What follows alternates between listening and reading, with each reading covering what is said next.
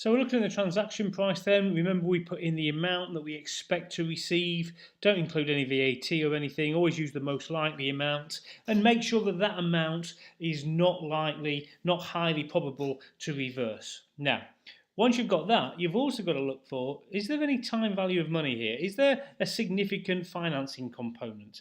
Now, this only matters if it's more than 1 year. If it's less than 1 year, you don't have to worry about this. But if it's more than 1 year between the time that you receive the money and when you actually have to give the goods, okay? And you use the incremental borrowing rate.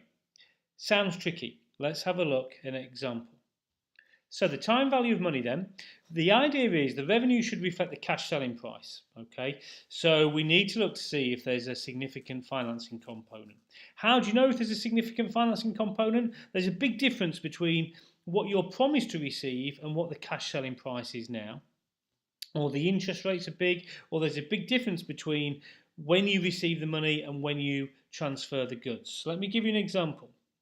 You receive now 4,000, okay, but you don't actually give the goods until 2 years' time, all right? So there is a financing component here because it's the 2 year gap. And also, what you could have done is you could have received 5,000 in 2 years' time. And therefore, it says the interest rate implicit in this is 11.8%, but the entity's borrowing rate is 6%. Now, you have to remember you use the entity's borrowing rate. So, you've received cash of 4,000. You don't credit revenue yet because we haven't given them the goods yet. We don't give them for 2 years. So, we credit contract liability with 4,000. Then we have to put some amounts to interest. Let me show you this. So, 4,000 at 6%. So you put 4,000, you use the incremental borrowing rate. So interest would be 240. So in the second year, it'd be 4,240 times by 6% because we haven't received anything yet. 254. So the amount of interest is effectively 494.